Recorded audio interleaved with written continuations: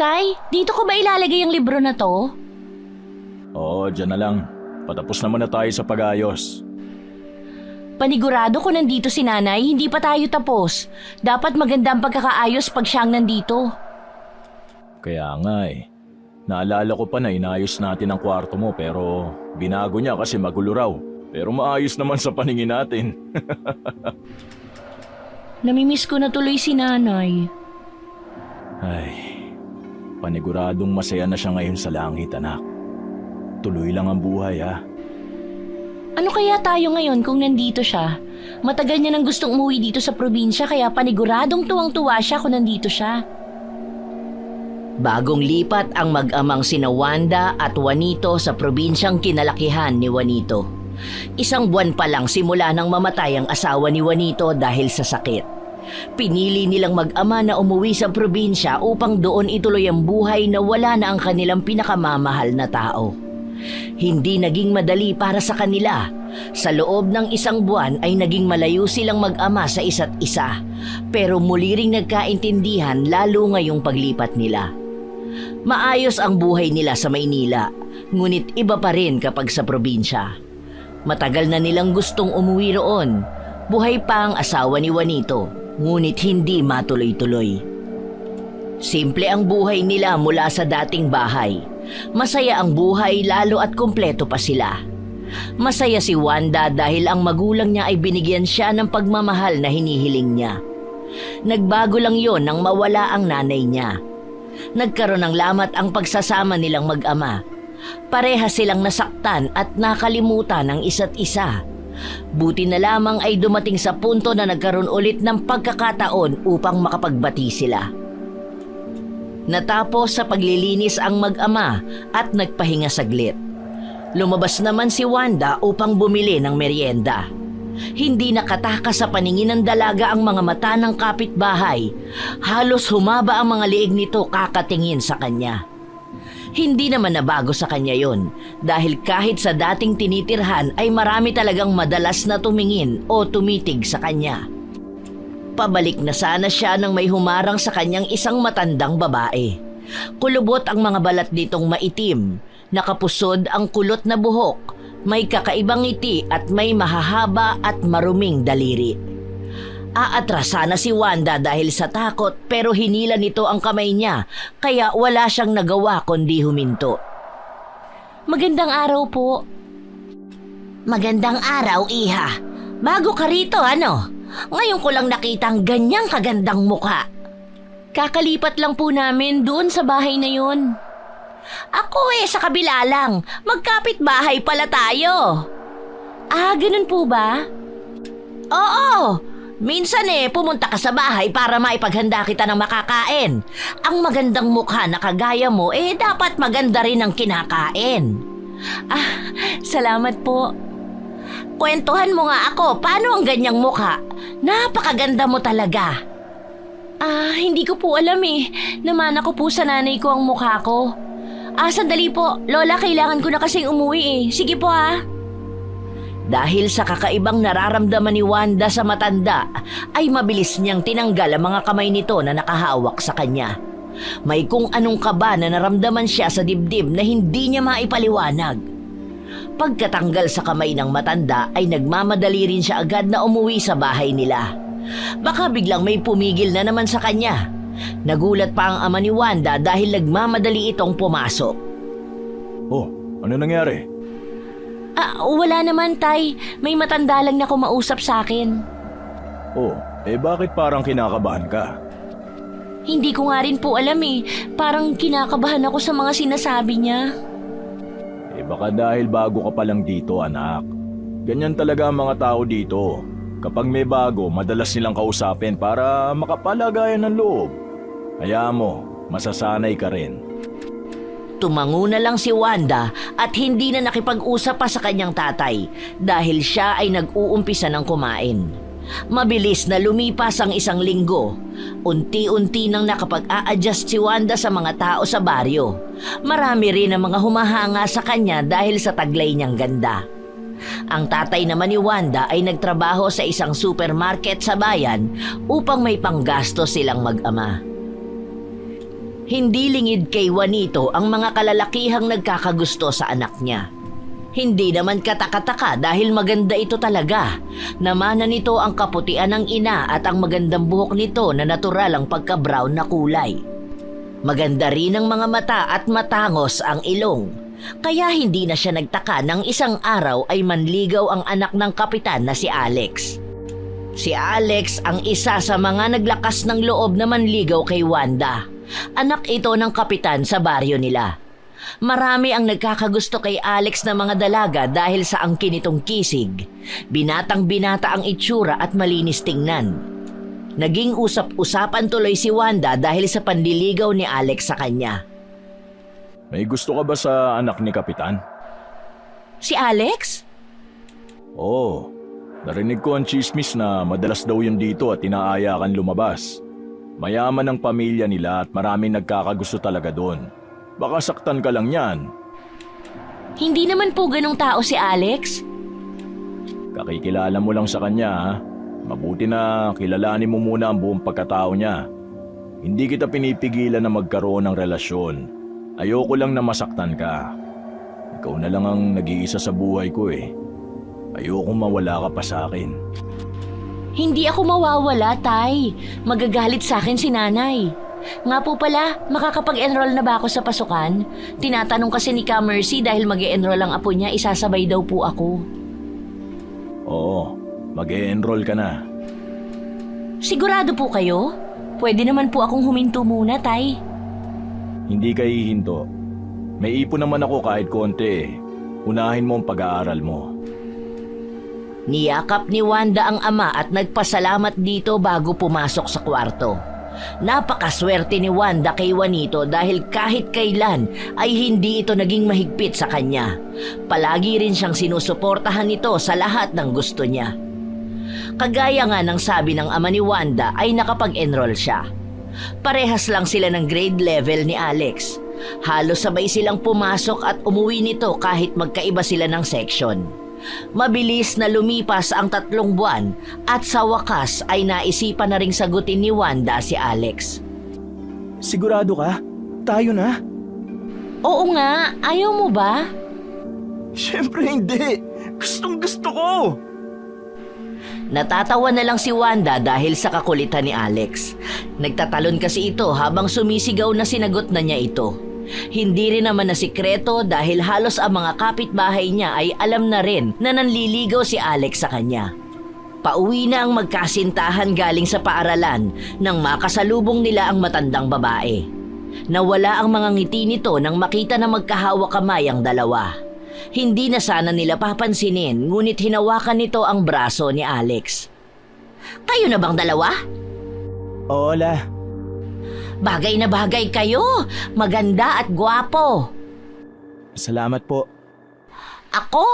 Maganda rin naman ako, di ba? Aba, oo naman po. Mas maganda ako nung dalaga pa. Gusto mo ba makita ang picture ko? Tara sa bahay.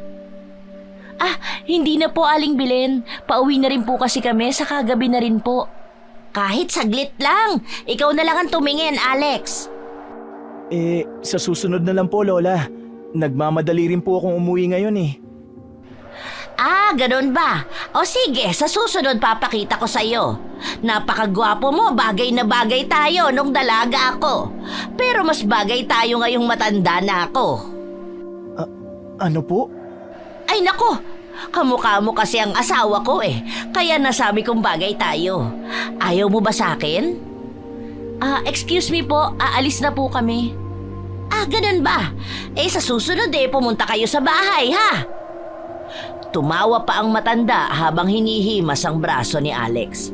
Hindi na komportable ang binata kaya tinanggal na nito ang kamay at nagpaalam na sila. Kumakaway pa ang matanda habang nakangiti sa kanila. Si Wanda naman ay nawiwirdohan na sa kinikilos ng matanda sa kanila.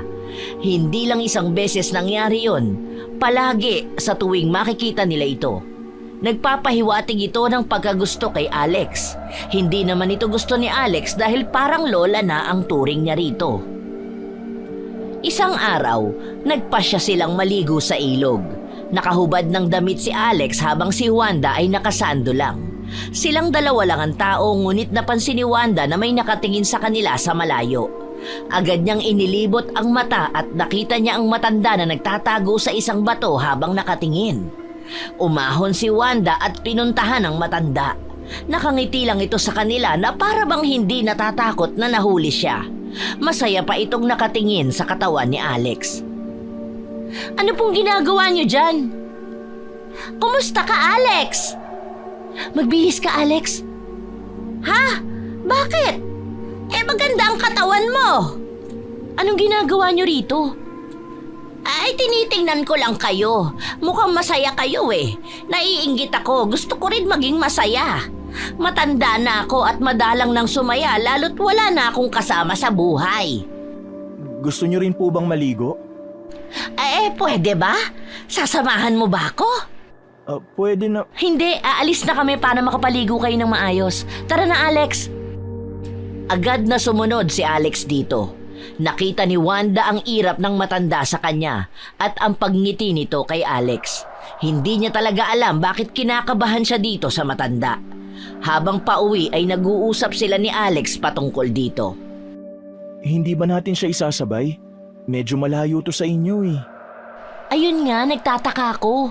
Malayo to pero nakasunod siya. Hindi kaya sinusundan niya tayo? Hindi naman siguro. May kakaiba akong nararamdaman sa matanda na yon. Nang makauwi si Wanda ay agad siyang dumiretso sa kusina upang magmano sa ama. Naisip pa niyang baka pauwi na si Alex dahil naihatid na siya nito. Hahawakan na niya ang kamay ng ama nang ilayo nito yon. Gulat siyang napatingin sa ama. Seryoso ang mukha ng ama ni Wanda kaya siya ay kinabahan. Hindi niya alam kung bakit ito mukhang galit sa kanya. Ano itong nababalitaan ko na puro na lang love life daw ang iniintindi mo? Bumaba ba ang grades mo? Po? May nakakita sa yung nasusuka ka. Buntis ka ba? Ha? Sino naman ang nagsabi sa iyo niyan, Tay? Sagutin mo ang tanong ko. Walang nakakatawa dito. Kinabahan si Wanda dahil seryoso ang ama niya sa pakikipag-usap. Madalang itong magalit sa kanya. Bilang lang sa kamay kung ilang beses. At ngayong nakatingin siya rito habang ito ay seryoso at mukhang galit, talagang kabadong-kabado siya at halos hindi na makapag-isip ng isasagot dito. Walang katotohanan sa mga tinatanong ng ama niya pero natatakot siya sa paraan ng pagtingin nito sa kanya. Nang huhusga ang mga tingin nito. Tay, hindi po ako buntis. Sigurado ka ba? Opo. Si Alex na lang ba ang palagi mong iniintindi? Kinakalimutan at pinapabayaan mo na ba ang pag-aaral mo? Hindi po, Tay. Hindi ko po yan magagawa sa inyo. Huminahon ang mukha nito at nilapitan siya para yakapin. Nakahinga ng maluwag ang ama niya matapos marinig ang panig niya. Sige, naniniwala ako sa'yo. Saan niyo po ba narinig yan? Nachichismis ka kasi dyan sa labas eh. Big deal din sa kanila ang pagtaba mo ng kaunti. Ang sabi, buntis ka raw. May nakakita sa'yo na naduduwal ka at naglilihi sa mangga. Kalat na yan sa baryo. Kahit sa pinagtatrabahuan ko, alam yan eh. Sino naman po ang nagkalat ng chismis na yan?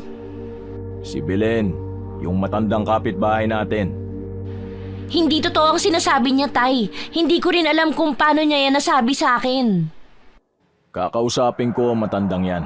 Hindi ko palalagpasin tong ginawa niya sa'yo. Ako na po ang kakausap sa kanya.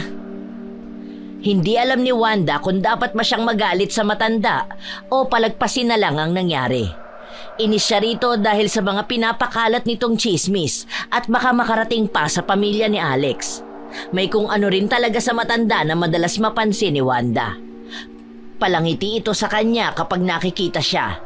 Madalas din banggitin ang magandang mukha ni Wanda na gustong-gusto raw di umano ng matanda na hawakan at tingnan.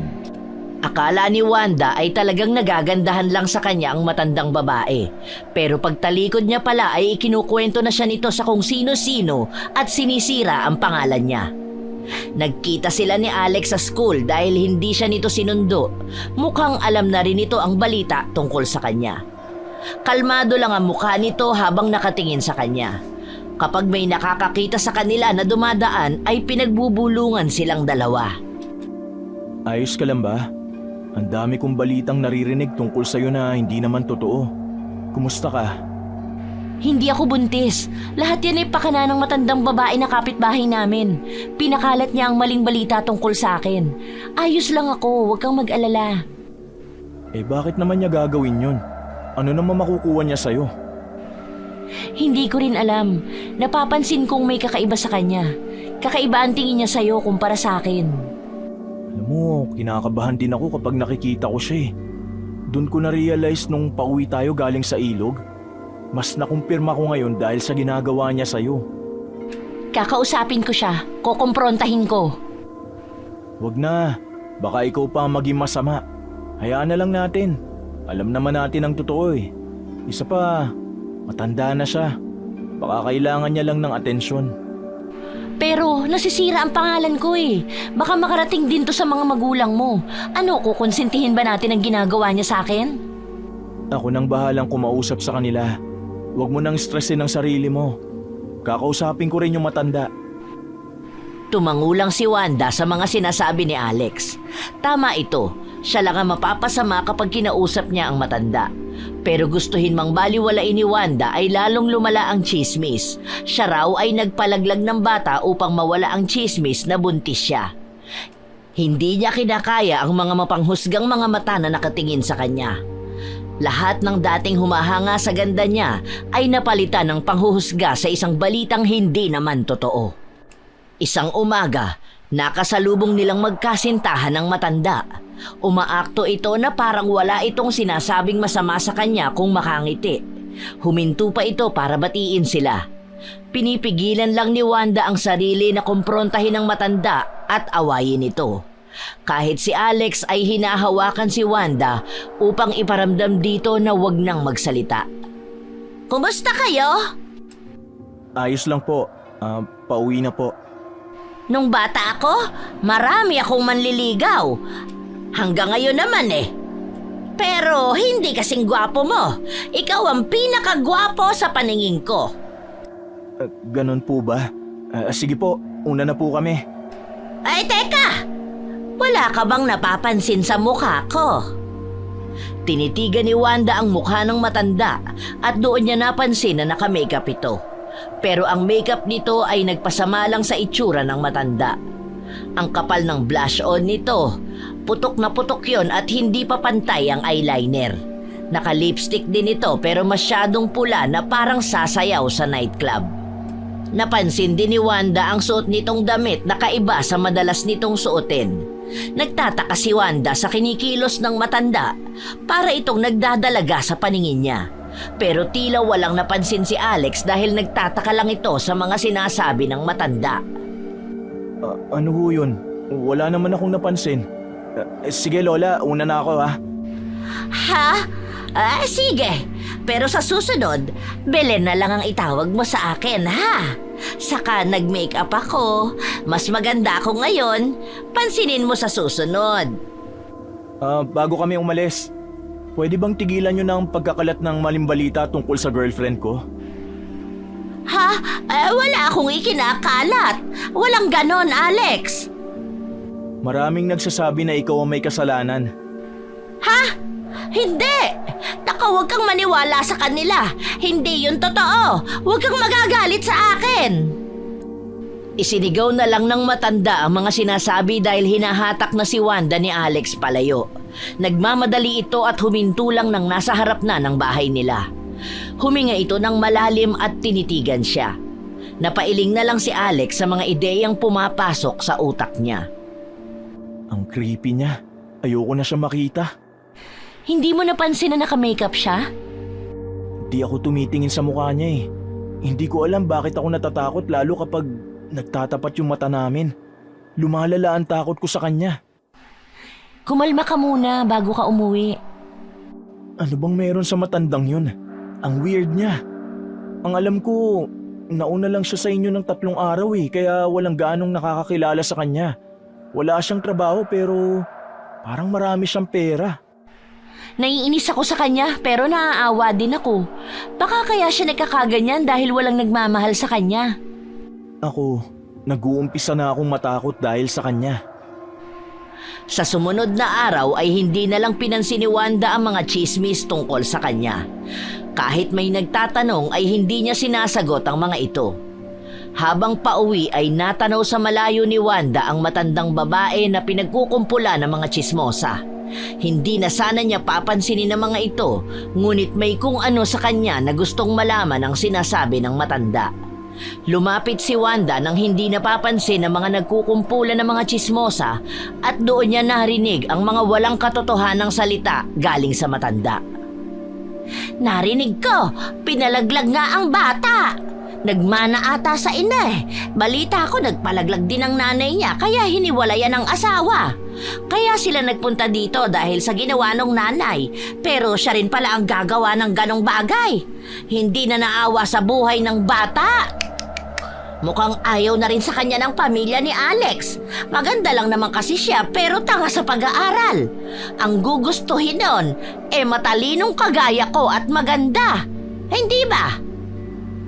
Nagkaroon ng kanya-kanyang bulungan ng mga nakapalibot tungkol sa sinabi ng matanda. Galit na galit si Wanda dahil sa mga kasinungalingang binabanggit nito. Para sa kanya, ayos lang kung husgahan siya ng mga tao at mali ang isipin.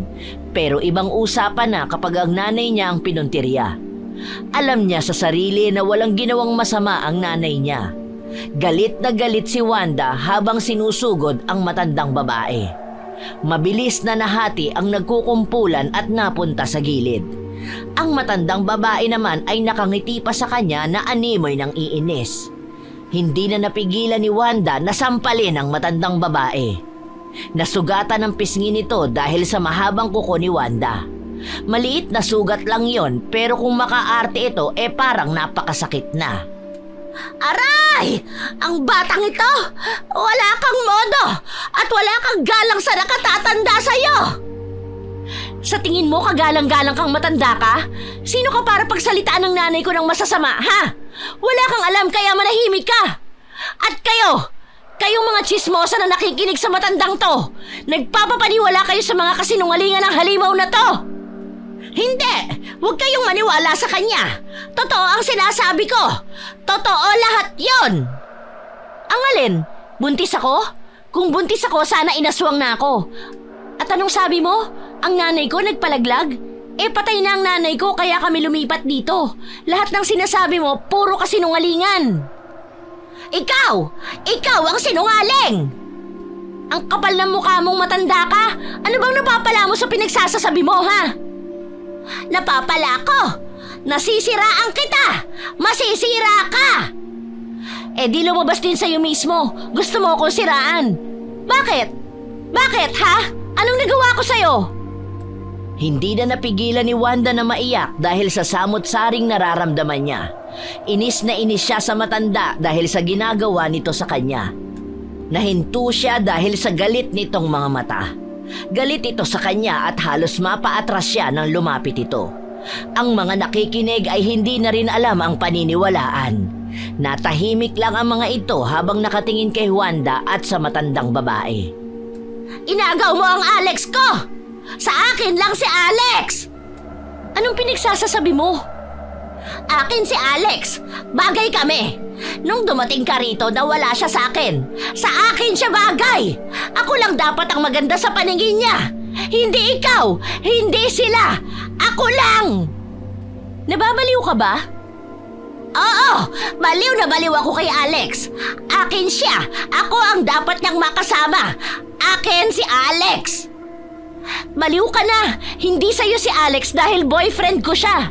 At kahit hindi kami, hindi ka niya magugustuhan dahil sa matanda ka na nga, ang pangit mo pa! Walang magkakagusto sa'yo! Hindi ako pangit! Ikaw!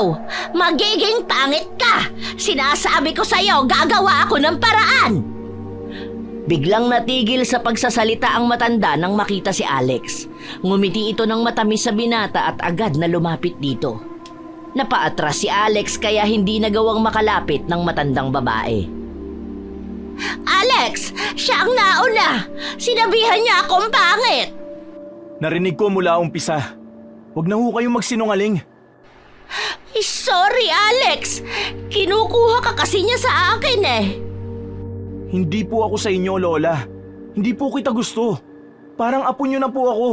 Si Wanda ang mahal ko. Hindi! Hindi pwede! Ako dapat ang gusto mo! Alex! Ako! Tama na! Hindi ka gusto ng boyfriend ko! Gusto ka lang niya kasi maganda ka. Pag pangit ka, hindi na. Sinasabi ko sa'yo, pagsisisihan niyo ito. Magsisisi kayong dalawa. Paulit-ulit ang matanda na parang baliw sa sinasabi. Iniwan ito ni Wanda dahil lalo siyang nainis dito. Maging ang mga tsismosa ay umalis na rin at hindi na nakinig. Dahil sa mga tsismosa ay nawala ang tsismis tungkol kay Wanda. Napunta yun ngayon sa matandang babae na tinatawag nilang baliw. Nakakatakot ang pagka-obses nito kay Alex. Para itong hibang habang paulit-ulit na mahal nito si Alex. Hindi na pinapansin ni Wanda ang matanda kahit magkasalubong pa sila. Maski si Alex ay mailap na rin dito.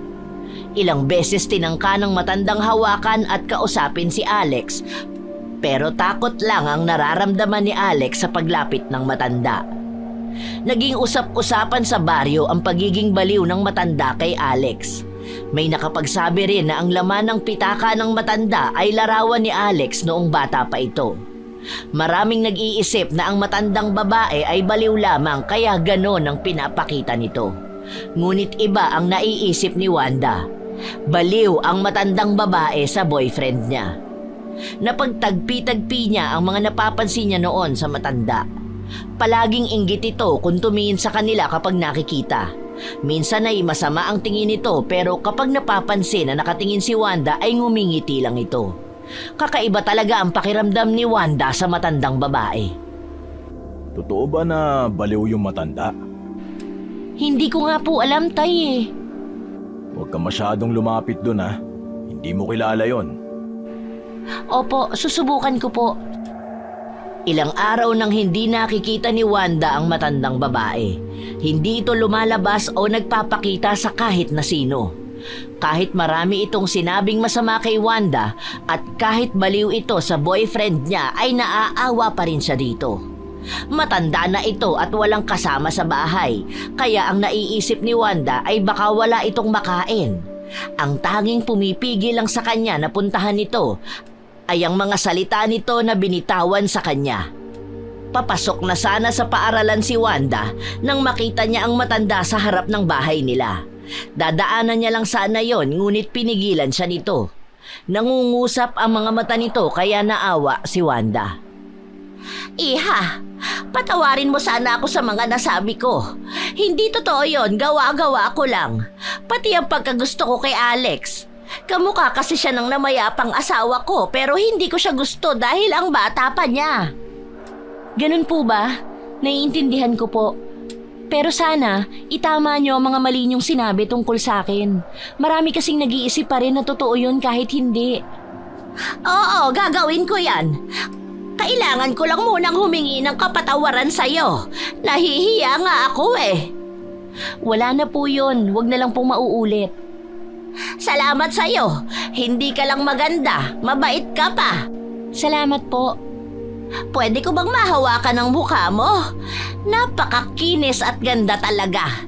Sana meron din akong ganyang mukha. Sabon lang po yan. At sige po, hawakan niyo po. Napangiti ang matanda matapos payagan na hawakan ang mukha ni Wanda. Humaplos ang magaspang na mga kamay nito sa makinis at maputing mukha ng dalaga. Nakangiti ang matanda ngunit may kakaiba roon. Gusto na sanang tanggalin ni Wanda ang kamay ng matanda pero ginamit pa ng matanda ang isang kamay upang hawakan ang buong mukha niya. May kakaiba sa ngiti at tingin ng matanda sa kanya kaya agad niya ring inilayo ang mukha rito. I-enjoy mo na ang magandang muka dahil mawawala rin yan. Po? Ang ibig kong sabihin, kapag tanda mo na, kukulubot na ang mukha mo at papangit na rin. Pag inaalagaan, hindi naman po siguro. Nagpaalam na si Wanda sa matanda para makapasok sa paaralan. Mahal na mahal ni Wanda ang mukha niya dahil namanan niya yon sa kanyang nanay. Ang makinis niyang mukha ay gano'n na talaga simula ng bata siya. Nag-mature lang tingnan ang mukha niya pero hindi pa rin nagbago kahit anong feature sa mukha niya. Pagkatapos ng exam ni Wanda ay dumiretso siya agad ng uwi. Birthday ng ama niya at balak niyang ipagluto ito.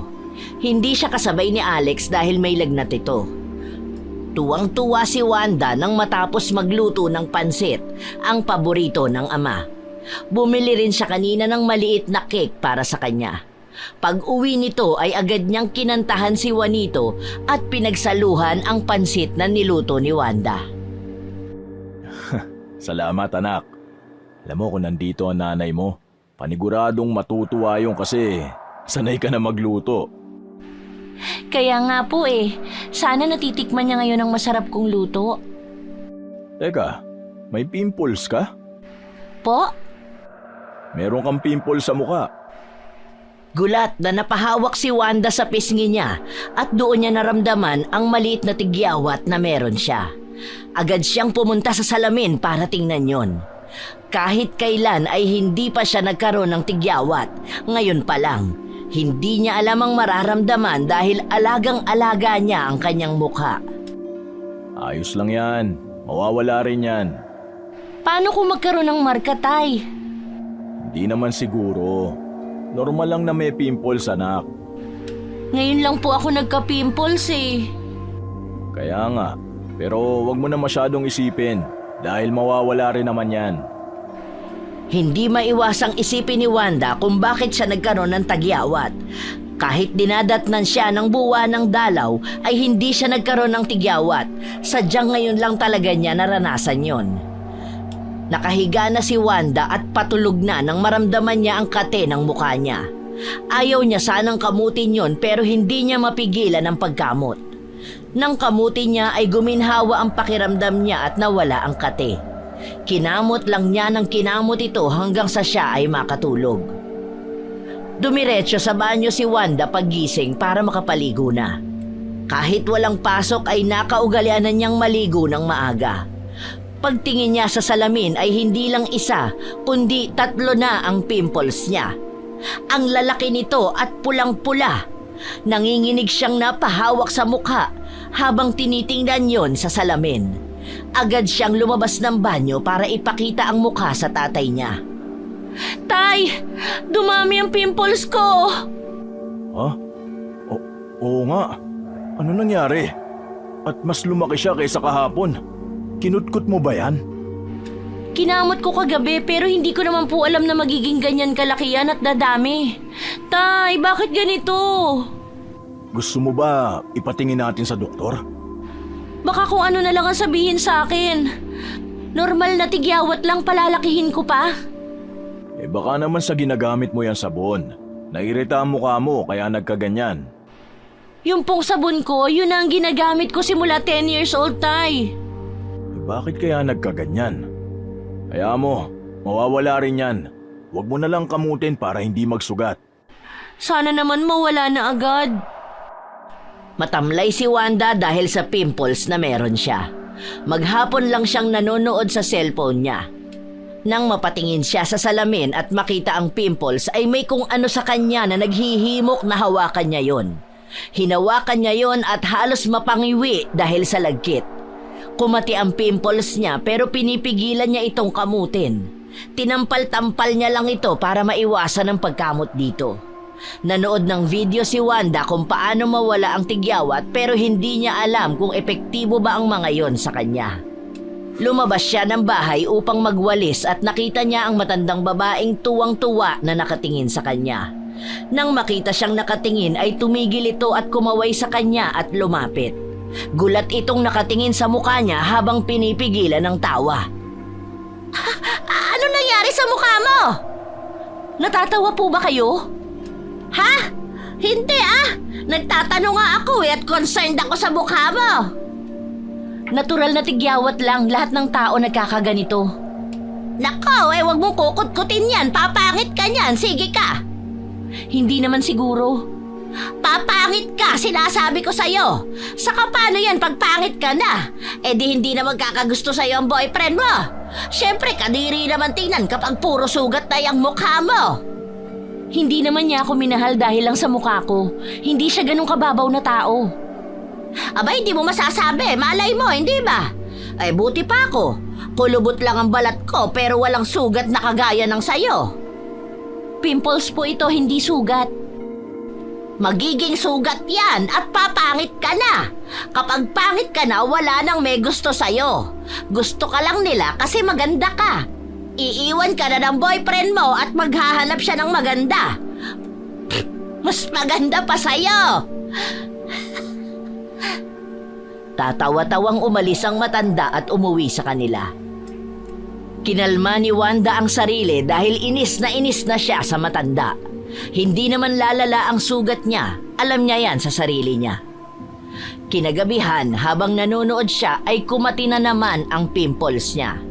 Sobrang katinon kaya naiengganyo siyang kamutin ito. Kinamot niya ito ng mahina at mababaw lang pero lalo lang itong kumate. Ang ginawa niya ay kinamot niya ito ng madiin. Sobra siyang nasasarapan sa pagkamot dahil nawawala ang kati nito. Pagtitigil siya sa pagkamot ay bumabalik ang kate. Kahit sa pagtulog ay kinakamot niya ito, lalo kapag naaalimpungatan at sobrang kati na. Kinabukasan ay nagising si Wanda dahil sa sigaw ng kanyang tatay. Pupungas-pungas pa siyang bumangon habang ang tatay niyang si Juanito ay kumuha ng damit pamuna sa mukha niya. Nagtataka siyang tumingin dito dahil sa pagiging balisa nito. Tay, ano pong nangyari? Anong nangyari sa mukha mo?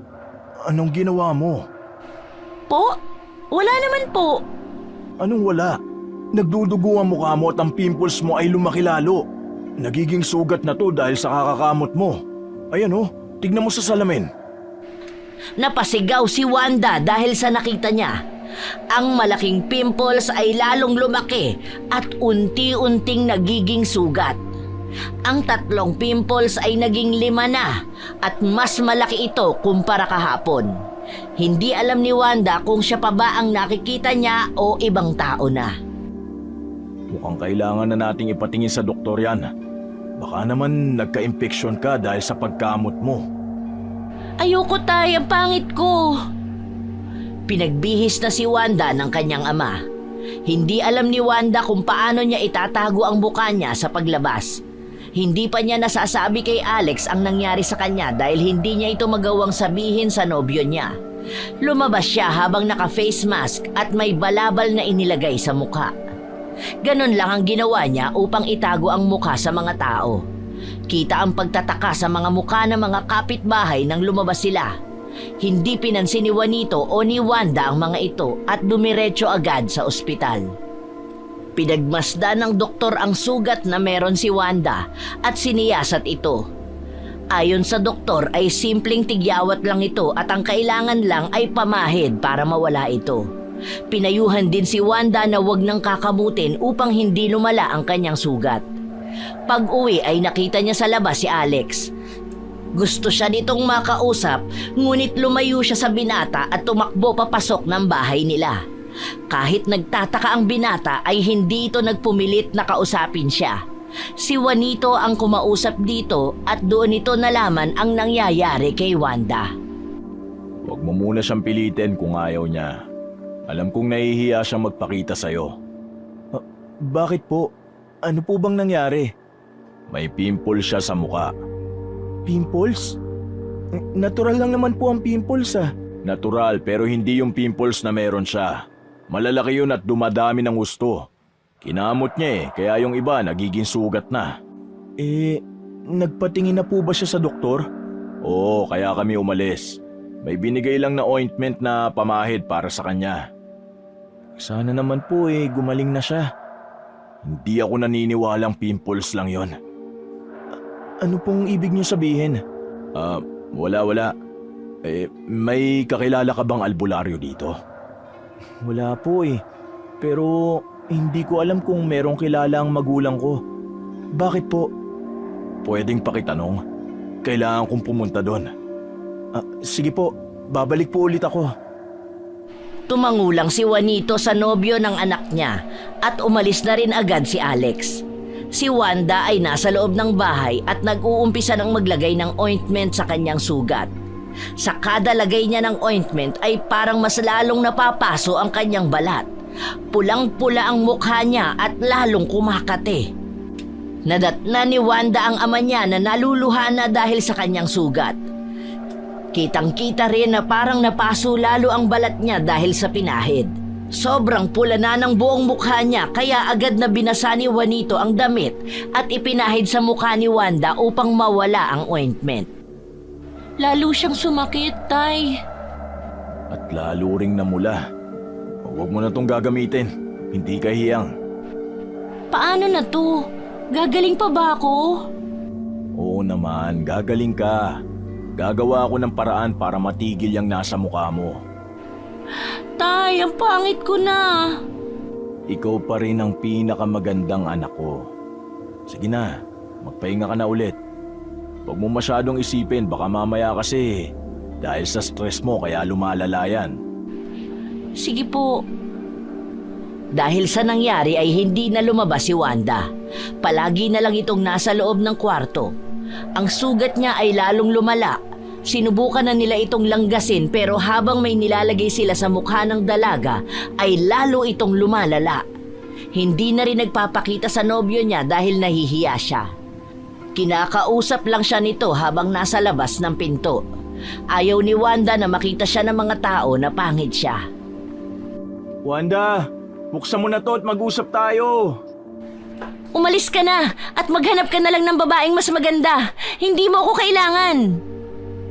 Kailangan kita, Wanda. Sige na, magpakita ka na. Umalis ka na sabi eh. Walang nagawa si Alex kundi ang umalis. Matigas ang loob ni Wanda. Ayaw magpakita sa kanya ng dalaga at naiintindihan niya yon. Habang palabas ay nakita niya ang matandang babae. Ngiting-ngiti siya nitong sinalubong. May kabang nararamdaman si Alex kapag malapit ang matandang babae. Iba rin ang tingin nito sa kanya. Ano? Wala na kayo? Kung ichichismis mo na naman sa iba, hindi. Kami pa rin. Pero bakit? Pangit na siya. Ang dami niya ng sugat. Kung makikita mo lang kung gaano siya kapangit. Paano mo nalaman? May kinalaman ka ba sa nangyayari sa kanya? Ako? Wala ah. Naririnig ko lang sila mag-usap ng ama niya. Ayaw niya na sa'yo kasi hindi na raw kayo bagay. Maganda lang daw ang bagay sa'yo. Siya ang gusto ko. Ayoko sa iba. Bakit? Ay, ang daming magaganda riyan ah. Ako, maganda ako. Tingnan mo, nag-makeup ako ulit. Ang ganda ko at bagay tayo. Wala akong sugat. Mas kumikinis na lalo ang balat ko. Nababaliw ka na. Alex, ako na lang. Ako na lang, sige na. Maganda na ako. Pangit na yang si Wanda.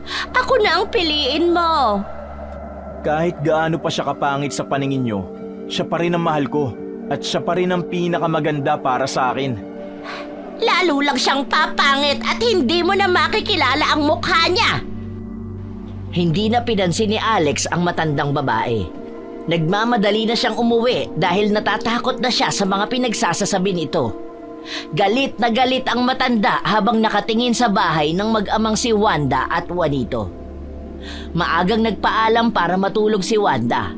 Masama rin ang pakiramdam niya dahil sa sakit ng ulo. Masaya na siya dahil hindi na kumakati ang sugat niya at nakatulog siya ng maayos nung gabi.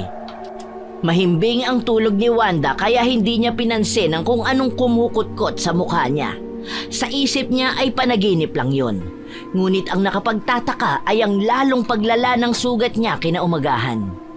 Mas lumalim ang sugat niya na akala mo'y kinamot ang loob nun. Naging mabaho rin ang sugat niya at nakakasuka ang amoy. Anong nangyari? Kinamot mo ba ulit yan kagabi? Hindi po. Hindi naman siya makati kagabi. Lalo yang lumala at lumalim ang sugat. Ano nang gagawin ko, Tay? Baka dahil to sa pinahid ko. Naiiyak na lang si Wanda dahil sa nangyari sa mukha niya. Nang nagpunta ang boyfriend niya ay nagkulong lang siya sa kwarto niya hanggang sa gumabi na. Ganoon ang naging paulit-ulit na buhay ni Wanda. Nawala na siya ng gana. Kahit sa tatay niya, ayaw niyang lumabas at magpakita rito. Lalong lumalala ang sugat niya sa mukha. Minsan ay nagigising siya na parang may kumukutkot ng sugat niya. Pero pagdidilat siya ay wala naman. Hindi niya na rin tinitingnan ang mukha niya sa salamin dahil maski siya ay natatakot sa mukha niya. Isang gabi ay naalimpungatan si Wanda dahil sa kung anong bagay na nasa mukha niya.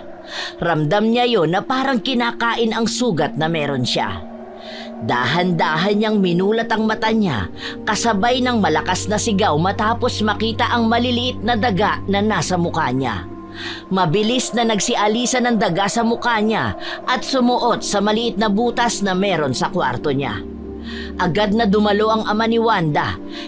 Iyak ng iyak si Wanda dahil sa nakita niya habang ang ama naman nito ay tiningnan mabuti ang mukha niya.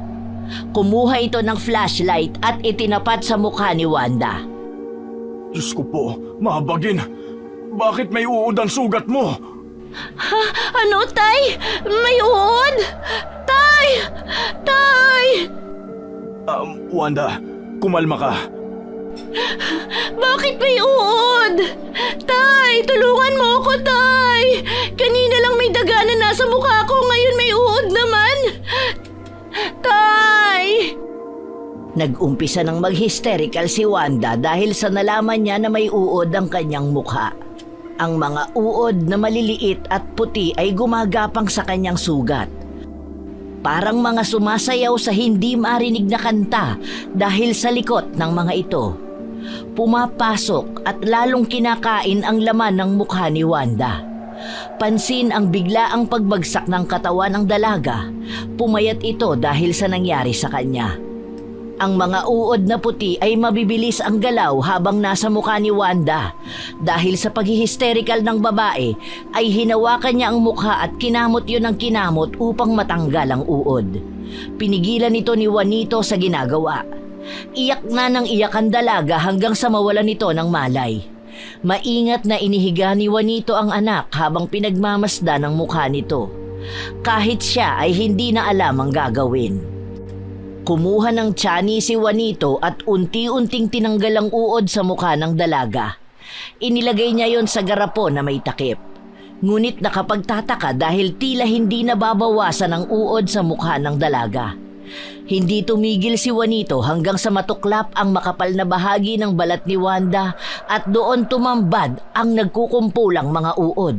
May bangaw pang nakita si Juanito na agad na lumipad. Tumindig ang balahibo ni Juanito habang tinitingnan ang mga uod. May mahahaba na sa nakikita niya, hindi kumpara kanina na mas maliit. Puti ang kulay ng uod at nakakatakot ang itsura nito kapag pinagmasdan. Diyos ko, ano ba nangyayari sa anak ko? Sino ang may gawa nito sa kanya? Tulungan niyo po kami, Panginoon ko. Awang-awa na si Juanito sa anak niya. Kung pwede lang niyang kunin ang sakit na meron nito ay ginawa niya na. Nakatulog siya habang umiiyak sa tabi ng anak niya. Nahihimbing pa lang si Juanito sa pagtulog ay nagising na agad siya dahil sa tunog na naririnig niya. Doon niya nakita ang mga maliliit na daga na kung tawagin ay bubuwit. Napakarami nito at nagkukumpulan yon sa mukha ni Wanda. Kinakain ng mga ito ang kanyang mukha kasama ang laman at uod na naroroon. Agad na kumuha ng tubig si Juanito at binuhos yun sa mukha ng dalaga. Mabilis pa sa 4:00 na umalis sa mga daga at nagdaan sa maliliit na butas sa gilid ng kama ni Wanda. Gulat naman si Wanda na napatingin sa ama niya. May daga sa mukha mo! May nakita akong daga! Meron na rin yan kanina nung nagising ako, Tay. Ano bang nangyayari sa akin? Bakit buhay pa ako kinakain na ang laman ko? Ipapagamot kita. Ipapagamot kita, anak ko. Gusto ko na lang mamatay. Ayoko na, Tay. Huwag mong sabihin yan. Gagaling ka. Ipapagamot kita. Nawawalan na ng pag-asa si Wanda.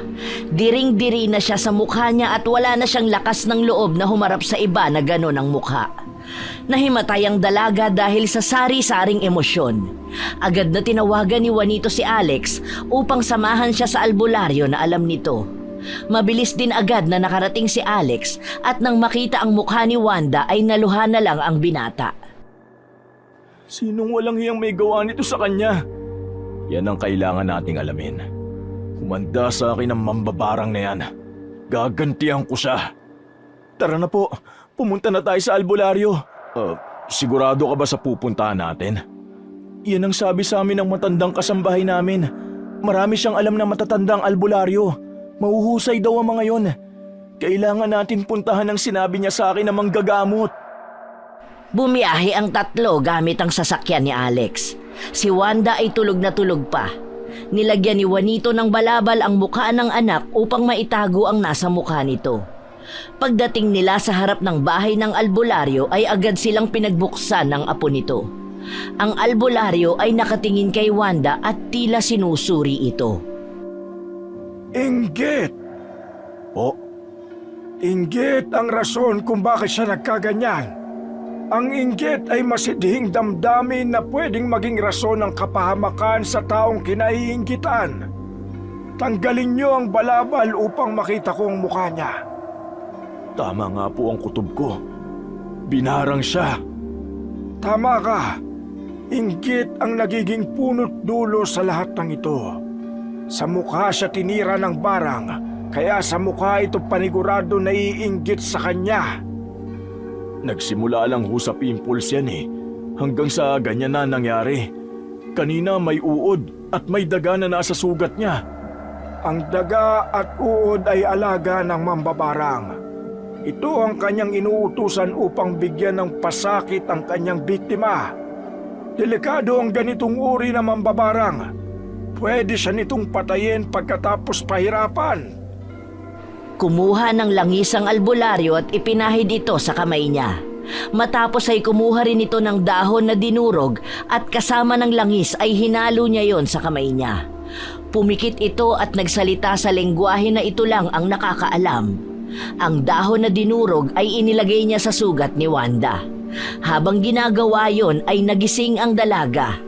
Nang makita nito na may ibang tao ay agad nitong tinakpan ang mukha niya at nagsisigaw. Wanda, anak, kumalma ka. Nasaan ako, Tay? Umuwi na tayo! Uuwi na ako! Hindi pwede. Gagamutin ka nila rito. Gagamutin? Sa tingin mo may gamot pa para sa sugat na to? Wala na!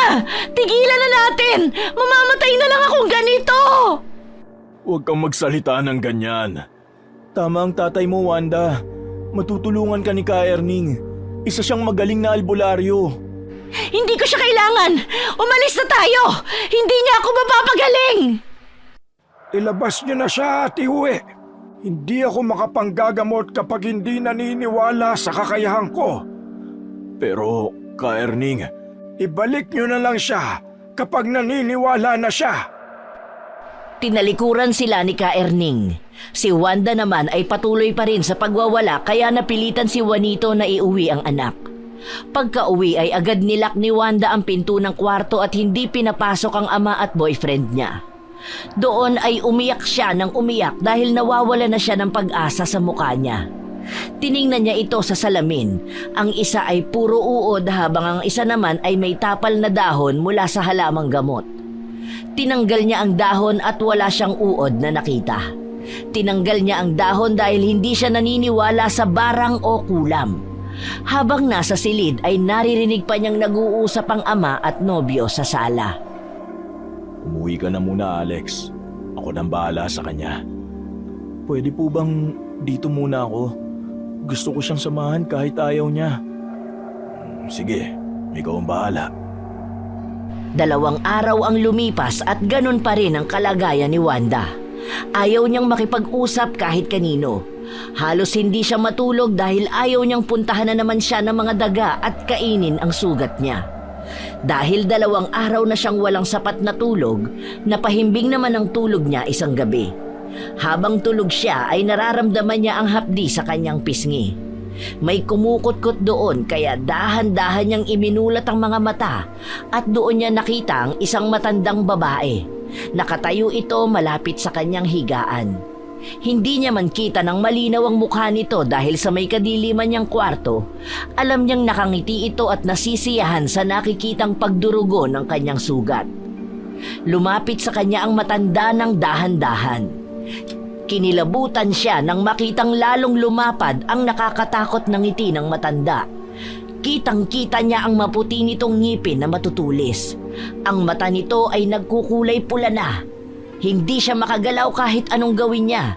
Gusto niyang sumigaw para tawagin ang ama pero walang boses na lumalabas.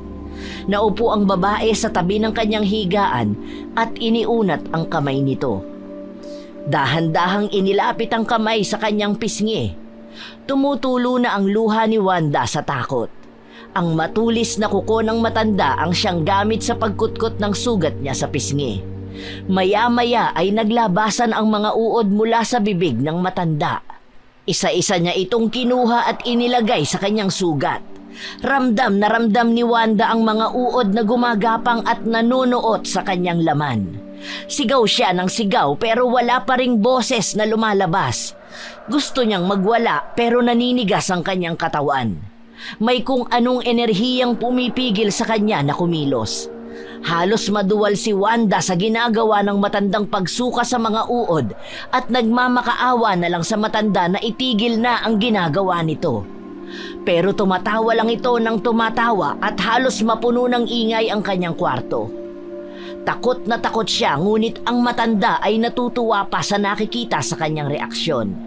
Maya-maya ay nag-aalsahan na ang mga uod sa kanyang pisngi. Kinukuha ito ng matanda at pagkatapos ay pilit na ipinapakain sa kanya. Halos malagutan na ng hininga si Wanda dahil sa kilabot. Maya-maya ay bigla siyang napabalikwas. Nagising siya sa pagtapik ng kanyang ama. Nanginginig sa takot si Wanda habang inililibot sa paligid ang paningin. Hindi na niya nakita ang matanda sa kanyang silid. Sa halip ay isang maliit na daga na mabilis na tumatakbo papasok sa butas na nasa dingding. Iyak nang iyak si Wanda dahil sa takot niya habang nakatingin sa ama. Tay! Tulungan mo ako! Gusto kong gumaling sa kung anumang sakit na ito. Yung matanda kanina, papatayin niya ako. Siya ang naglalagay ng mga uod sa sugat ko. Binangungot ka, anak. Dadalin ulit kita sa albularyo. Tutulungan niya tayo. Maniwala ka sa kanya. Kapag hindi ka naniwala, hindi ka niya mapapagaling. Ano, handa ka na bang magpagamot sa kanya? Opo, Tay. Gusto ko na pong gumaling. Sige, pupunta ulit tayo sa kanya. Tumango si Wanda sa kanyang ama. Agad namang inihanda ni Alex ang sasakyan at bumiyahe na sila. Madaling araw pa lamang at wala pang gaanong tao ngunit nakita ni Wanda ang matandang babae. Nanlalaki ang mata ni Wanda nang makita ang matandang babaeng nakatayo sa gilid ng kalsada. Kahit nakatalikod ito ay nakilala niya ang bulto ng matanda. Kahawig nito ang nasa panaginip niya. Mabilis din silang nakarating sa bahay ng albularyo matapos ang ilang minuto. Nasa loob ng bahay ang matandang lalaki at nagdarasal sa kanilang altar nang dumating sila. Wala nang sabi-sabi ay bigla nitong hinampas ng dahon si Wanda at agad siyang humiyaw kahit na hindi malakas ang hampas ng matanda. Malakas ang bumarang sa'yo. Nagagawa ka niyang puntahan at hawakan. Siya mismo ang bumabarang sa'yo. Sino po bang may gawa nito sa akin? Isang matandang babae na inggit sa ganda na meron ka. Bukod dun, gusto rin itong makuha ang boyfriend mo. Teka, matandang babae? Oo, kagagawa nito ng matandang babae. Alam kong kilala niyo ang tinutukoy ko. At oo, siya yun. Malakas ang loob niya sa pag-aakalang walang pangontra sa kanyang ginawa sa'yo. Ano pong dapat kong gawin para mawala na ang barang niya sa akin? Walang iba kundi kontrahin ang barang niya. Para kahit anong gawin niyang pambabarang sa'yo, ay bumalik lang lahat sa kanya. Naniniwala ka na ba ngayon sa kakayahan ko? Opo, gusto ko na pong gumaling. Parang awa niyo na po. Kahit sa panaginip ko, pinupuntahan po niya ako at sinasaktan. Malakas nga siya. Kahit ang panaginip mo ay nagagawa niyang pasukin. Hindi yun isang panaginip. Totoong ginagawa niya yun sa'yo. Kumuha ng dinikdik na pinatuyong dahon ng kakawati ang albularyo at nilagyan yon ng langis. Marahan niyang ipinahid dito sa buong mukha ng dalaga. May mga binibigkas itong salita na hindi nila maintindihan. Para itong nagdarasal gamit ang ibang lengguwahe. Ang ibang dinurog na dahon ay nilagay nito sa isang plastik kasama ang langis. Bibigyan kita ng kopya ng dasal. Dasalin mo ito tuwing 6:00 ng gabi. Simulan mo na mamaya. Ibibigay ko rin sa iyo ang medalya ng San Benito upang magbigay ng proteksyon sa iyo. Manalig ka dahil walang makakatalo sa Diyos, kahit na malakas pa siyang mambabarang. Okay na po ba ako? Dapat mapaalis ang mambabarang. Baka hindi lang ikaw ang biktimahin niya. Kaya ngayon pa lang, paalisin na siya. Paano kung ayaw niya hong umalis? Hindi pwedeng hindi siya alis. Pero kung ayaw niya, sabihin mo na papatayin ko siya mismo. May ipapagawa pa ako sa iyo, Iya. Upang kahit malayo siya ay hindi ka na niya magagalaw pa. Ano po yun? Kakailanganin mo ng malinis na maliit na garapon. Kahit anong garapon, basta maliit lang at malinis. Sa garapon ay maglagay ka ng matutulis na bagay na kakasya doon. Pako, aspile, blade, karayom, basta punuin mo. Pagkatapos ay punuin mo ito ng ihi mo at takpan. Lagyan mo rin ito ng tape para hindi tumapon ng likido at ibang mga nakalagay. Ibaon mo ang garapon sa lupa, sa gilid ng inyong bahay, na may lalim na 12 inches. Siguraduhin na hindi gumagalaw ang bote, ha? O hindi nakapaling ang pagkakalagay. Dapat ay nakatayo at hindi tatapon ang laman. Usalin mo ang orasyon na ito na nakasulat sa papel pagkatapos mong tabunan ng lupa ang bote. Hindi ka tatablan ng barang kapag ginawa mo ito. Lahat ng gagawin sa iyo ay babalik lang sa kanya. Kaya siguruhin mo na hindi magagalaw ang lupa. Kailan po dapat gawin yan? Sa lalong madaling panahon. Sige po, gagawin ko kaagad pagka-uwi po namin. Marami pong salamat, Ka Erning. Matapos ang paggamot sa sugat ni Wanda ay nagpaalam na rin sila kay Ka Erning. Agad silang umuwi at malayo pa lang ay kita na nila ang matandang babae na nakatingin sa bahay nila. Sumisilip ito at tinitingnan kung may tao. Galit na galit ang tatay ni Wanda at agad bumaba sa sasakyan. Muntik na nitong sakalin ng matanda, napigilan lang ito ni Alex. Hindi nakababa si Wanda dahil sa takot niya sa matandang babae. Anong problema, Juanito? Anong problema? Tangina mong demonyo ka! Ikaw may kagagawa ng paghihirap ng anak ko! Hinaan mo ang boses mo dahil baka may makarinig sa'yo! Wala akong pake kung marinig ako ng iba. Totoo naman ang sinasabi ko ah! Isa kang mambabarang! Ikaw ang salarin sa nangyayari sa anak ko! Ay, hindi ko alam ang sinasabi mo! Nagkakamali ka ata! Talaga ba? Lukuhin mo na lahat, wag ako! Inggit ka sa anak ko dahil sa gandang meron siya. Sa bagay, yung pangit mo na yan, talagang maiinggit ka sa kanya. Matabi lang dila mo! Gusto mo bang isunod kita sa anak mo? Lumabas din! E di umamin ka rin! Oo! At hindi ka natatakot sa akin? Kahit magkapatayan tayo, hindi ako natatakot. Umalis ka na sa baryong to ngayon din at lubayan mo na ang pagpapahirap sa anak ko. Bakit ako aalis? Aalis ka sa ayaw at sa gusto mo. Dahil kung hindi, hindi lang ang albularyo ang papatay sa'yo, kundi ako mismo. Ibabaong kita ng buhay hanggang mamatay ka. Iniwan ni Juanito ang matanda at sinundo ang anak na nasa loob pa ng sasakyan. Ayaw tingnan ni Wanda ang matanda dahil sa trauma na kanyang naramdaman.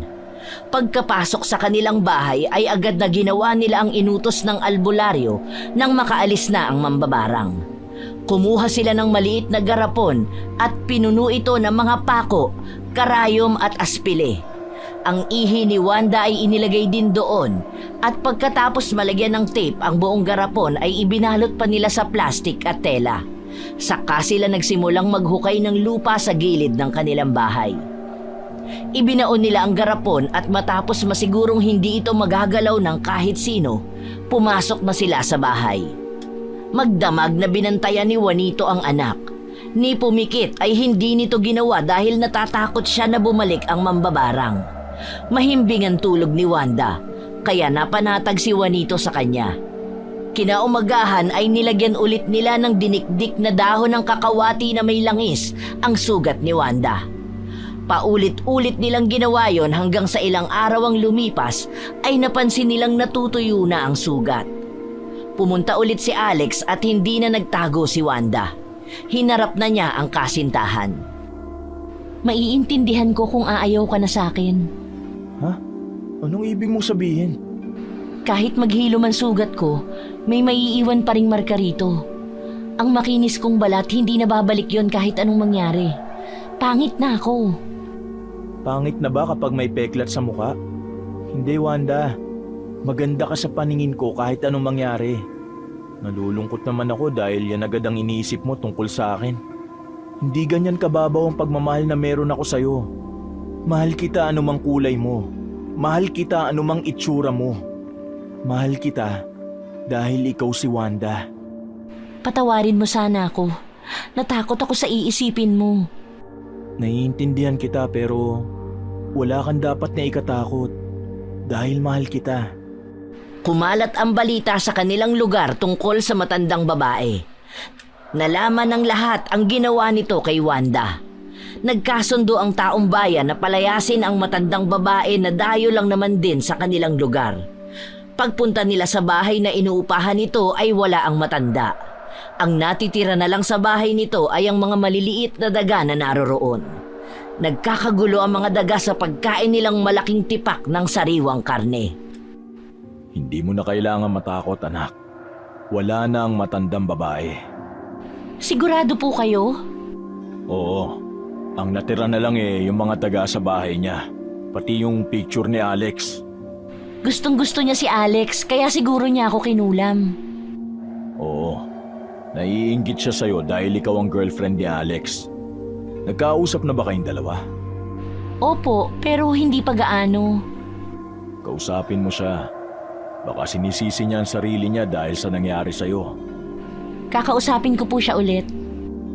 Tumango si Juanito at niyakap ang anak. Lahat ay gagawin niya para rito. Nawala na ang pinakamamahal niyang asawa. Ayaw niyang mawala pa ang anak niya. Sobrang natakot ako sa nangyari sa'yo, anak. Dahil pwede mong ikamatay ang ginawa sa'yo. Ang totoo ay ayaw ko nang mabuhay, Tay. Iniisip ko na wala ng pag-asa. Hindi ko pa rin alam kung paano niya nagawa yun sa'yo. Sabi ko huwag kang lumapit dun, di ba? Natatandaan ko po na hinawakan niya ang mukha ko gamit ang dalawang kamay. Doon po nagsimula ang pimples ko. Siya rin ang nakita mo noon sa panaginip mo. Hindi siya panaginip lang dahil totoo yun. Hindi ko alam kung ilang buwan bago gumaling ang sugat ko. Matapos ang pag-uusap nila ay lumabas si Wanda. Lumabas siyang habang nakabalabal. Lahat ng tingin ng mga tao ay nasa kanya. Alam na ng lahat ang nangyari. Hindi niya na kailangang magsinungaling sa mga ito, pero hindi niya kinakausap ang mga tao dahil sa takot na baka kutyain siya. Dumiretso lang siya sa simbahan at doon ay nagdasal. Habang nagdarasal ay biglang may humawak sa kamay niya. Matandang babae at gustong hawakan ang mukha niya. Dahil sa nangyari noon ay agad niyang tinabig ang kamay nito at tumakbo paalis sa simbahan. Nabangga niya naman ang nobyo niya at agad siya nitong hinawakan. Hindi napansin ni Wanda na nanginginig na pala ang buong katawan niya dahil sa takot. Wanda, kumalma ka. May nakita ako. Kumalma ka muna. Nanginginig ka na sobra. Ikalma mo muna ang sarili mo. Sige na. Umalis na tayo. Baka hawakan niya ako. Please, umalis na tayo. Wanda! Alex, please, ialis mo ako rito. Nag-umpisa nang umiyak si Wanda dahil sa takot. Agad siyang hinila ni Alex paalis at pauwi sa bahay nila. Nanginginig pa rin si Wanda kahit nasa loob na ng bahay. Agad siyang niyakap ng tatay niya. Tay, nakita ko siya sa simbahan. Hinawakan niya ako. Anak, wala na siya. Umalis na siya. Hindi ako papayag na hawakan ka ulit niya. Hindi ako papayag na may gawin ulit siyang masama sa'yo. Tay, nakita ko talaga siya. Kumalma ka na, anak. Magpahinga ka na muna. Sinamahan ni Alex si Wanda na magpahinga. Pinanood niya ang pagtulog ng girlfriend niya. Payapa ang pagtulog nito na akala mo'y walang problemang iniinda. Hindi pa gumagaling ang sugat nito ngunit tuyo na.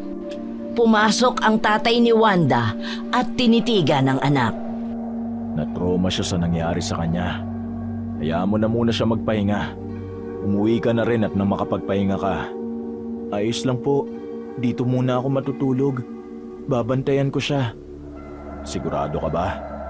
Opo. Alam mo, maswerte sa'yo ang anak ko. Sana wag mo siyang sukuan, Alex, ha? Alam kong mahal ka niya eh.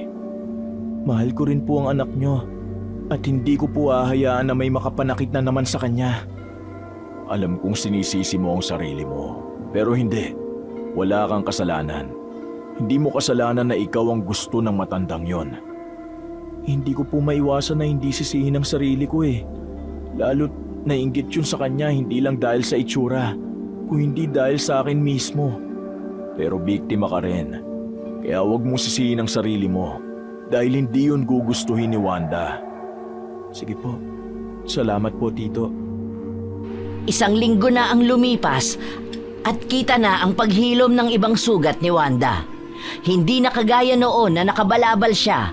Ngayon ay nakakalabas na siya kahit hindi niya itago ang kanyang mukha. Nakakakain na rin siya ng maayos at nakakatulog ng mahimbing. Hindi pa siya nakakabalik sa pag-aaral pero balak niyang bumalik sa susunod na pasukan. Ang tatay niya ay bumalik na sa pagtatrabaho ulit. Unti-unti nang bumabalik ang buhay nila sa dati. Marami pa ring nagtatanong sa kung ano ang nangyari pero nananatili si Wanda na tahimik at hindi nagkukwento. Gusto na ni Wanda ng katahimikan sa buhay. Babalik ka na ulit sa pag-aaral? Opo, Tay. Ayos lang sa'yo kahit hindi pa naghihilom ang sugat mo? Opo, dahil kung hindi ako magiging maayos ngayon, kailan pa? Kailangan kong tanggapin na ito ang nangyari sa akin. Maganda ka, anak. Ikaw ang pinakamaganda para sa akin. Siyempre, anak niyo ako eh. Dahil anak ka ng mama mo at dahil mabuti ang puso mo. Hindi mabuti ang puso ko, Tay. Pero kaya mong magpatawad, hindi ba? Oo, pero hindi pa ngayon. Wala namang nagsabi na ngayon na, anak. Hindi minamadali ang pagpapatawad. Mabilis na lumipas ang mga buwan at tuluyan ang naghilom ang sugat sa mukha ni Wanda. Nakagraduate na rin siya ng senior high school kahit na nahuli siya ng 1 taon. Congrats, mahal. Proud ako sa'yo. Salamat, Alex. Proud din ako sa'yo. College na tayo pareho. Mas ahead ka pa rin sa akin. Ayos lang. Di naman minamadali ang lahat, di ba? Tama ka. May panahon para sa lahat. Ang mga sugat ay naghilom na kasabay ng mga masasamang trahedya na nangyari sa buhay ni Wanda. Hindi naging madali para sa kanya ang nangyari. Naging iba ang tingin sa kanya ng mga tao sa paligid niya. Sanay siya sa papuri ng mga ito dahil sa ganda na meron siya.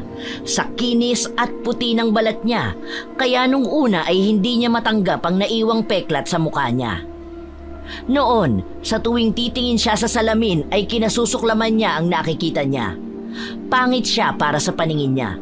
Pero sa tulong ng mga tao sa paligid niya, ng tatay niya at ng boyfriend niyang si Alex, natutunan niyang mahalin ang sarili niya. Kung anong meron siya at kung ano ang itsura niya. Kung tatanungin kung napatawad niya na ba ang matandang babae, hindi. Hindi pa. Hindi madaling magpatawad lalo para sa kanya, isa siyang biktima kahit wala naman siyang kasalanang nagawa. Pero hindi ni Wanda sinasarado ang puso niya para sa pagtanggap at pagpapatawad. Hindi man sa ngayon, marahil hindi pa sa susunod na araw, pero darating din ang panahon na mapapatawad niya ang matanda. Hindi dahil tanggap na ni Wanda ang nangyari ay nakapagpatawad na siya. Hindi rin naman obligadong patawarin niya ang matanda. Ayaw niyang pilitin ang sarili dahil ang pagpapatawad ay kusang ibinibigay at kusang nararamdaman. Isang araw, inaya siya ni Alex na mamasyal. Ilang oras na silang naggagala nang makaramdam ng pag-ihi ay nagpunta sila sa public restroom. Ilang minuto siyang naroon at bago lumabas ay tumingin muna sa salamin. Saktong may pumasok na dalawang babae. Pinag-uusapan ng dalawa ang mga pimple sa mukha ng isa. Dahil doon ay hindi nakatiis si Wanda na tingnan ng magkaibigan. Nanlaki ang mata niya nang makita ang itsura ng babae. Sa palagay niya ay hindi pimples ang tumubo sa pisngi ng babaeng yun dahil masyadong malalaki, nagbubutlig, nagnanana at ang iba'y dumudugo pa. Lalo pang nairita ang pisngi nito dahil pilit tinatakpan ng makapal na make-up. Nagtayuan ang balahibo niya sa katawan. Bumalik ang alaala niya kaya siya kinilabutan. Pero dahil sa mga tingin niyang yon ay nagalit sa kanya ang dalawang babae at kinutya pa ang peklat sa kanyang mukha. Dali-dali siyang lumabas ng banyo. Kaagad naman siyang sinalubong ng kasintahan. Anong nangyari? Bakit ganyan ang mukha mo? Umiyak ka ba? Hindi. Umalis na tayo. Nakita ko yung dalawang babae na pumasok dun sa CR. Inaway ka ba? Hindi, Alex. Bakit ganyan ang itsura mo? Mukhang takot na takot ka. Yung babae kasi, ang dami niyang pimples. Nakakatakot na ang itsura ng pimples niya. Parang kagaya nung sa akin dati. Kinilabutan lang ako. Natakot ako para sa kanya. Nagka-trauma ka na sa mga pimples. Sa tingin ko naman, normal na pimples lang yun sa kanya. Talagang na-irritate lang yun. Ang kapal ba naman mag-makeup eh. Tara na, umalis na tayo. Halika na, umuwi na kaya tayo. Pero may pupuntahan pa tayo. Ayoko na, pagod na rin naman ako eh. Gusto ko nang umuwi. O sige, sa susunod na lang natin puntahan yung ibang pasyalan. Mula noon, sinubukan din ni Wanda na pag-aralan ang paggamit ng makeup dahil gusto niyang takpan ang kanyang peklat. May mga naging kaibigan siya na may alam pagdating sa mga makeup at tinuruan siyang gumamit. Tumataas ang kumpiyansa niya sa sarili tuwing natatabunan niya ng makeup ang kanyang pisngi. Ang peklat na yon ay kasama na niya sa buhay. Sa tuwing tinitingnan niya ito ay katatagan na niya ang nakikita niya. Nakagayak na ang anak ko ah. Papasok ka na ba sa school? Opo, Tay. Ang ganda talaga ng anak ko. Naku, Tay. Naka-makeup po ako kaya ganun. Maganda ka kahit walang makeup. Tandaan mo yan palagi. O sige na anak, ingat ka sa pagpasok. Sige po, Tay. Salamat. Ingat din po kayo sa pagpasok sa trabaho, ha? Ay, palagi naman akong nag-iingat. Paglabas niya ng bahay ay naghihintay na sa kanya ang nobyo. Malapad ang ngiti nito nang makita siya. Nasasanay na rin siya sa ginagawa ng lalaki na paghatid sundo sa kanya, kaya sobrang pasalamat niya na si Alex ang kanyang nakilala dahil sa kabila ng lahat ay nanatili ito sa kanyang tabi. Hindi siya iniwan at palagi pang pinatataas ang kanyang tiwala at kumpiyansa sa sarili. Kahit ano pa ang itsura niya at ano pa ang kwento ng peklat niya, may isang Alex na hindi bibitiw sa kanya.